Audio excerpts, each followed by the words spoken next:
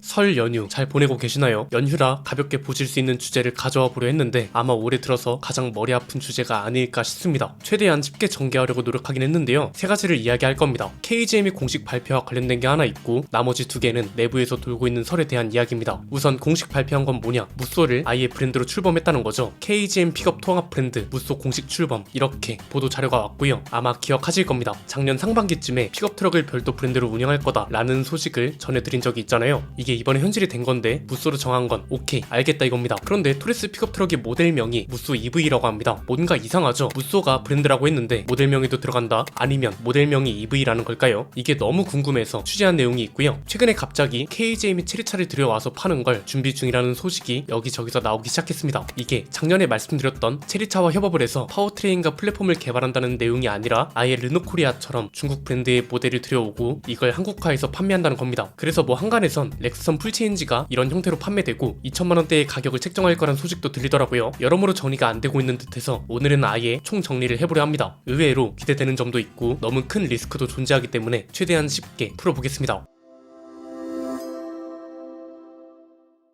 우선 무쏘를 픽업트럭 브랜드로 공식 출범한다는 소식부터 살펴볼까요? 이게 2년 전부터 작년 상반기까지 말씀드렸던 내용이기도 한데 이 당시에 뭐라고 했나요? SUV 모델은 그 시절 상징적이고 성공적이던 모델명을 살려서 좋은 정신을 이어가고 픽업트럭은 순우리말로 모델명을 지어서 이걸 브랜드화하고 브랜드의 규칙으로 가는 건 어떻겠냐는 의견을 냈었습니다. 실제로 내부에서도 이런 의견을 긍정적으로 봤다고 들었는데 이걸 너무 이상하게 받아들인 것 같습니다. 아예 브랜드 이름을 무쏘로 지어버렸다고 하죠. 이렇게 되면서 충돌하는 게 두 가지 생겼습니다. 하나는 이미 렉선 스포츠의 수출명이 무쏘로 나가고 있는데 이걸 어떻게 브랜드화 할 수 있는지 모르겠습니다. 물론 아예 말이 안 되는 건 아닙니다. 제네시스도 원래는 모델명이었던 게 브랜드명이 된 거니까요. 그런데 이게 문제가 되는 이유는 뭐냐? 이게 바로 두 번째 충돌 내용인데 토레스 픽업 트럭의 내용을 무쏘 EV로 지었다는 겁니다. 뭔가 이상하죠? 제네시스는 보면 현대 제네시스였던 걸 제네시스라는 브랜드로 만들었고요. 제네시스라는 브랜드 아래에 EQ900을 시작으로 G80, G90 이렇게 별도 모델명을 만들었습니다. 그런데 지금 이건 현대차로 치면 현대 EV가 된다는 거잖아요. 이렇게 따지면 토레스 픽업 트럭의 모델명은 EV라고 봐야 하는 걸까요? 아니면 무쏘 EV가 모델명이라는 걸까요? 헷갈리죠? 이거랑 관련해서 취재를 해봤는데 아직 방향이 제대로 정리가 안 됐다고 합니다. 문제가 뭐냐면 보통 이런 건 위에서 결정을 하더라도 일선 직원들하고 어느 정도 회의를 거친 다음 대중에 공개를 하잖아요. 그런데 작년 언젠가부터 계속 중간 결정권자들이 정한 내용이 일선에서는 정리가 제대로 안 된 상태에서 나오는 느낌이 없지 않습니다. 지금 이 무쏘 브랜드도 그런 사례라고 볼 수 있을 것 같은데 브랜드가 무쏘고 모델명이 무쏘 EV면 현대 그랜저를 부르는 것처럼 부른다고 생각해보세요. 무쏘 EV가 되는 거잖아요. 그래서 앞으로도 계속 이렇게 모델 이름 앞에 브랜드를 붙일 건지 아니면 아예 브랜드로만 가져갈 건지 이런 게 제대로 정리가 안 된 걸로 확인했고요. 만약 정리가 정말 안 된 거라면 향후에 무쏘 EV라는 이름도 바뀔 가능성이 큽니다. 애가 태어나긴 했는데 3년째 이름을 안 짓고 가명으로 철수라고 불렀다가 지금은 철수라고 부르는 것만큼 이상합니다. 지금으로서는 앞으로 어떻게 될지 일선 직원들 중에선 대부분 모르는 걸로 확인을 했습니다. 이왕 무쏘로 브랜드를 지었으면 무쏘 브랜드의 시작을 알리는 차가 토레스 픽업 트럭인 만큼 별도의 모델명을 멋있게 지어주는 게 맞지 않았나 싶습니다. 제네시스도 처음 출범할 때 EQ900으로 시작을 알렸잖아요. 이런 걸 누가 결정하는지 궁금하다는 의견이 계속 나오는 이유가 이런 기본적인 것들이 제대로 정리되지 않은 상태에서 대중들한테 공식적으로 공개하는 사례가 점점 많아져서 그런 게 아닌가 싶고요. 그 다음으로 취재한 게 한간에서 들리고 있는 소문과 관련된 겁니다. 체리차와 파워트레인과 플랫폼을 협업해서 만드는 걸 넘어서 아예 체리차의 모델을 하나 들여와서 한국화해서 판다는 거죠. 그냥 쉽게 말해서 그랑 콜레오스처럼 중국 기업의 모델 하나를 들여와서 한국에서 생산해서 팔겠다는 겁니다. 소문들을 보면 꽤 구체적입니다. 체리차의 티고 9 7인승, 이게 대형 하이브리드 SUV거든요. 이걸 들여와서 2천만원대에 판매하고 한 번 주유하면 2000km를 주행할 수 있는 연비를 자랑한다. 대략 여러가지 설을 정리해보면 이런 내용입니다. 일단 결론부터 말씀드리면 이런 이야기는 들어본 적 없다는 게 내부 소식통의 답변이었습니다. 다만 그럼 체리차를 들여와서 판매한다는 것도 사실이 아닌 거냐? 라고 물어봤고 이 답변이 핵심이었습니다. 가능성이 아예 없는 것 같지는 않다. 아직 일선 직원들한테는 전해진 내용이 없지만 체리차 임직원들이 회사 내부로 들어와 협력하고 있는 것으로 안다. 들은 답변을 요약하면 이런 거였습니다. 그럼 이건 어떻게 해석하면 되는 거냐? 체리차의 하이브리드 SUV를 들여와 판매할 가능성은 있지만 대형 SUV라는 점만 가지고 렉선 풀체인지 역할을 하진 않을 것이고 2천만원대로 판매될 가능성도 낮다는 거죠. 왜냐면 그냥 단순하게 생각해보세요. 이걸 2천만원대에 심지어 2,900만원에 출시한다 해도 이렇게 되면 토레스랑 액티언을 누가 사겠어요? 문제는 이것만 있는 게 아니라 여기까지만 들었을 때의 느낌이 어떠신가요? 뭔가 방향이 제대로 정해진 것 같지도 않고 정리도 제대로 안 되고 있는 느낌이죠. 일각에선 결국 중국 기업이 먹는구나, 이렇게 또 중국 진출을 도와주는구나, 이런 의견도 나옵니다. 저희도 취재하면서 이런 생각을 안 할 수가 없었고 내부적으로도 이런 리스크를 걱정하는 분들이 꽤 있는 것 같더라고요. 그럼 이 대목에서 우리가 생각해 봐야 할 건 대체 이런 얘기가 왜 나오냐는 거겠죠. 일단 취재한 바로는 체리차를 들여와서 판매하는 것 자체는 가능성이 높다는 건데 취지는 간단합니다. 이건 KR10을 보시면 됩니다. 왜 작년 말까지만 해도 어떤 얘기가 많았나요? KR10이 빠르면 올해 하반기에 출시된다는 거죠. 그런데 저희는 올해 출시는 불투명하다고 말씀을 드렸잖아요. 이번에 취재를 해보니 여전히 올해 출시가 불투명하고 심지어 비아디의 하이브리드 시스템이 들어가는지 체리차의 하이브리드 시스템을 쓸지도 확실치가 않다고 합니다. 가장 기본이라 할 수 있는 하이브리드 시스템에 대한 것도 정리가 안 됐는데 올해 출시되는 건 상식적으로 너무 빠듯하다고 볼 수밖에 없죠. 자, 이게 가장 큰 힌트라고 보시면 되는데 이 내용을 기억하면서 이야기를 전개해 보겠습니다. KGM 입장에서 체리차를 들여와서 파는 게 좋은 이유와 리스크를 살펴보면 전체적인 그림이 정리됩니다. 우선 좋은 점은 간단합니다. 시간을 벌 수 있다는 게 가장 큽니다. 올해 출시 예정인 차가 뭐죠? 앞에서 소개한 무쏘 EV를 시작으로 액티언과 토레스의 하이브리드 모델이 추가되는 게 전부입니다. 토레스 EV는 아직 방향이 제대로 정해지지 않았을 뿐 아니라 전기차 시장 파이가 작은 한국이기 때문에 큰 성공을 노리기가 매우 힘듭니다. 가격이 진짜 2천만원 초반이라는 말도 안 되는 숫자로 나온다면 모르죠. 그런데 취재한 바로는 토레스 EVX랑 가격이 거의 비슷할 거라고 합니다. 테슬라와 현대기아차도 한국 전기차 캐즘을 뚫지 못하고 있다는 게 현실이기 때문에 너무 큰 기대는 하기 힘들다는 겁니다. 그럼 토레스와 액티언 하이브리드는 돌파 가능성이 있냐? 이것도 지금 확신할 수가 없죠. 파워트레인 문제는 어떻게 해결이 된 걸로도 볼 수 있습니다. 하이브리드 모델이 출시되는 거니까요. 그런데 문제는 뭐냐? 사용 편의성이겠죠. 이거 진짜 여러 번 얘기하는데요. 아직도 댓글에 그러는 사람들 많습니다. 야, 나는 몇 개월째 타고 있는데 하나도 안 불편하다, 타보거나 말해라, 이런 거죠. 이미 KGM 전 차종을 너무 많이 타봤을 뿐 아니라 다시 언급하자면 이미 만족하는 사람들은 그 정도 편의성에 만족을 하기 때문에 구매를 결정한 겁니다. 그러니 만족하면서 타는 게 당연한 거죠. 그런데 KGM은 절대 다수를 상대하는 자동차 기업입니다. 자동차 기업한테 필요한 건 뭔가요? 절대 다수를 잠재 고객으로 만들고 이 잠재 고객들을 충성 고객으로 만드는 거죠. 이미 만족해서 타는 사람들은 월에 1000명도 안 됩니다. 신차인 액티언 판매량이 보여주는 현실입니다. 이걸 가지고 나는 만족하니까 괜찮아, 이렇게 말한다면 이게 얼마나 이기적인 주장이냐 이겁니다. 결국 이렇게 해서 판매량이 계속 하락하고 끝내 단종되면 결국 피해를 보는 건 차주들인데 왜 이런 주장이 나오는 건지는 정말 모르겠습니다. 그냥 주장에서 끝나면 문제가 안 되지만 비판을 비판하는 주장으로 쓰이니 문제인 거죠. 진짜 문제가 없는 거라면 판매량이 잘 나와야 하고요. 저희가 이런 문제 제기를 하면 회사에서 항의를 하겠죠. 그런데 비슷한 시기에 나온 그랑 콜리오스는 판매량이 10위권 안에 있고 액티언은 30위 밖에 있습니다. 그리고 내부 직원들도 이 문제들이 개선되지 않는다는 것 때문에 답답해합니다. 가장 답답해하는 부분이 디스플레이 관련 문제에 대해서 아직도 연구소에서 어떻게 개선하겠다는 계획이 안 나왔다는 거고요. 이건 개선을 준비 중이라고 받아들이는 것보다 개선할 생각이 없다고 받아들이는 분들이 훨씬 많을 겁니다. 본인 혼자 만족한다고 될 문제가 전혀 아니고 회사 내부적으로도 굉장히 심각하게 느끼는 부분 중 하나라는 거, 그리고 그만큼 중요한 문제이기 때문에 다시 한번 강조를 하는 겁니다. 즉 이게 제대로 해결되지 않는 이상 액티언과 토레스 하이브리드도 액티언 초기 판매량만큼 좋지 않을 성적을 기록할 가능성이 매우 높다는 거죠. 이렇게 되면 KR10이나 F100은 더욱 출시가 불투명해지는 겁니다. 당장 개발 비용이 없는데 어떻게 신차를 만들어 팔겠어요? 이런 점을 생각하면 체리차를 들여와서 파는 게 일종의 시간 벌기가 될 수도 있고 연구 개발비를 확보할 수 있는 좋은 수단이 될 수 있다. KGM 입장에서 보면 그렇습니다. 긍정적으로 볼 수 있는 근거는 뭐냐? 이미 르노코리아가 성공 사례를 만들었습니다. 체리차에 티고9이라는 대형 하이브리드 SUV를 들여와서 KGM 배지를 달고 디자인도 여기저기 수정을 하고 가격도 합리적으로 책정해요. 2천만원대까지는 아니더라도 3천만원 중후반 정도로 살 수 있도록 한다. 이렇게 해서 그랑 콜리오스처럼 판매량이 잘 나온다면 올해를 버티기가 굉장히 무난해지는 거고 그동안 KR10하고 F100 연구 개발에 매진해서 판매량 상승세를 이어가는 겁니다. 자, 그럼 반대로 리스크는 뭐냐? 크게 세 가지입니다. 첫 번째는 체리차라는 점입니다. 체리 자동차라는 브랜드 자체가 인지도가 너무 없습니다. 저희가 중국 출장을 갔을 때도 체리차는 못 봤습니다. 대부분이 비아디, 니오, 지커 이런 차들이었습니다. 그다음 콜리오스도 지리차라는 점 때문에 비판을 받았고 비아디도 국내 진출을 하면서 갑론을박이 치열합니다. 그런데 지리차랑 비아디는 중국 내에서도 1등과 상위권을 하고 있는 브랜드입니다. 그럼에도 이렇게 갑론을박이 치열한데 상대적으로 인지도가 떨어지는 체리차를 들어온다고 하면 이런 비판들을 뚫을 수 있겠냐? 이게 첫 번째고요. 두 번째는 중국 기업의 진출과 잠식을 돕게 된다는 비판. 이건 자칫 사회적 문제로도 퍼질 수 있습니다.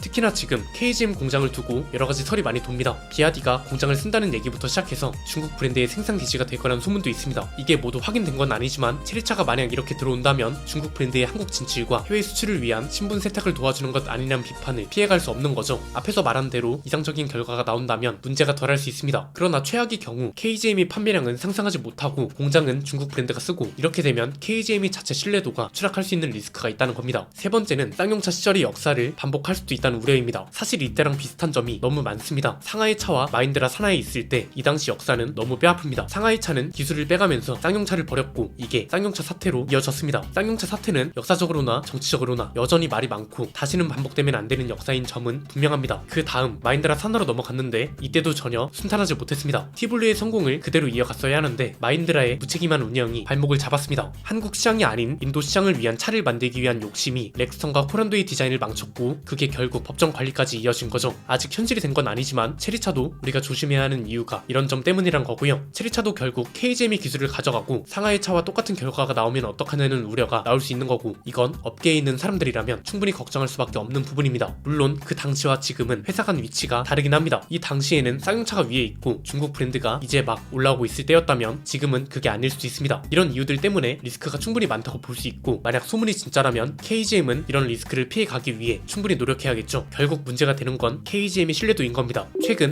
액티언의 저조한 판매량 같은 것 때문에 브랜드의 신뢰와 기대치가 많이 꺾인 게 사실입니다. 결국 이 신뢰도 회복과 체리차의 협업에 대한 우려 해소, 무쏘 브랜드 출범을 향한 기대치 회복 이런 게 모두 가능하려면 리스크를 해소해야 하는데 방법이 뭘까요? 브랜드 신뢰도를 다시 끌어올리는 거고요. 이게 리스크를 줄이는 가장 확실한 방법이자 등 돌린 소비자들을 다시 잡을 수 있는 방법이라고 볼 수 있습니다. 방법은 간단합니다. 신차 계획 발표 그리고 소프트웨어 개선 계획 발표부터 대대적으로 하는 겁니다. 솔직히 저는 이거 없이는 올해 굉장히 힘들 거고 신뢰 회복을 하기에도 굉장히 어려움이 많을 거라고 봅니다. 너무 당연한 게 우선 신차 계획 발표는 당연히 있어야 합니다. 올해 어떤 차를 어떻게 만들어 출시하고 향후 몇 년 동안 어떤 차를 어떤 방식으로 출시할 거라는 게 당연히 있어야죠. 투자자나 소비자 입장에서 그래야 기다릴 수 있는 명분이 생기고 투자의 가치가 생기는 거잖아요. 그리고 소프트웨어 개선 계획도 너무 절실한 게 지금 팔리고 있는 주력 모델들 실내에 비상등 말고는 분리 버튼이 없습니다. 이미 만족해서 산 사람들은 소수입니다. 절대 다수를 만족하게 해야 하고 절대 다수의 잠재 고객에게 돈을 내고 이 차를 사야겠다는 마음을 먹게 해야 합니다. 그럼 물리 버튼이 없는 실내를 충분히 커버할 수 있는 UI UX가 필요한 건 당연합니다. 언제까지 어떤 걸 어떻게 개선하겠다는 내용 무조건 있어야 한다고 보고요. 이게 완벽하게 개선될 때쯤 KR10 실내에는 물리 버튼을 다시 도입해서 소비자들이 불만과 불편을 완벽하게 해소하고 상승세를 이어가겠다 이렇게 완벽한 시나리오가 있습니다. 참고로 이 내용이요 이런 게 지금 없어서 앞으로 나올 신차라던가 브랜드에 대해 어떻게 이야기할지 막막하다는 게 내부에서도 나오고 있는 목소리인 걸로 파악했습니다. 즉 이런 문제가 해결되지 않는다면 소비자들한테 기대해달라는 말도 할 수 없다는 거고 지난 몇 년 동안 특히 작년 한 해에는 이런 개선점들이나 방향을 너무 상세하게 제시했습니다. 이 말은 돌파구가 분명 존재한다는 거니까 올해는 좋은 소식 좀 들렸으면 좋겠습니다. 여러분 생각은 어떠신가요? 댓글로 자유롭게 토론 나눠주시면 감사드리겠습니다. 오늘 내용은 여기까지입니다. 내용이 유익하셨다면 구독과 좋아요 알림 설정 부탁드립니다. 지금까지 저는 안피디였습니다. 감사합니다.